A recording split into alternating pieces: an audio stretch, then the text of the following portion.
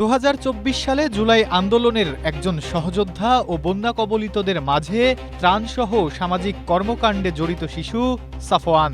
তার বাবা মায়ের মধ্যে দীর্ঘদিন ধরেই দাম্পত্য কলহ চলছিল। 2019 সালে বিবাহ বিচ্ছেদের পর বাবার সঙ্গেই থাকছিল সাফওয়ান। বাবা জুয়েল দীর্ঘদিন ধরে মাদকাসক্ত এবং তার আচরণের কারণে শিশুটি সবসময় অনিরাপদ ছিল। অনেক চেষ্টা করেও ছেলেকে নিজের কাছে নিতে পারেননি মা মাহমুদা আক্তার। এমনকি এ বিষয়ে আদালতের শরণাপন্ন হলেও সন্তানের দায়িত্ব পাননি। সাফওয়ান তার বাবার কাছে একটি সাইকেল চেয়েছিল।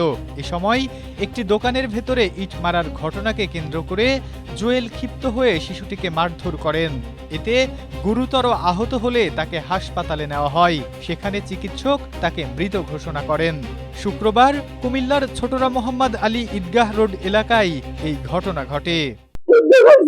আমার সাথে আমার ছেলে সামাজিক সকল কর্মকাণ্ডে আমার সাথে, আমার ছেলেরে কুমিল্লার অনেকে চিনে, অনেক চ্যানেলের লোকেরা চিনে, অনেকে চিনে আমার ছেলেরে কত আদর করতো মানুষে।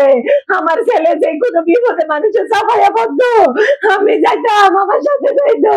আমার ছেলে জিগাই চিন্তা কষ্টে থাকতে হচ্ছে, যারা গুলি গেছে আমার এতটুকু নাবালক শিশু কিভাবে শেষ হইলো ভাই। আমি আর বিচার চাই, আমি বিচার চাই।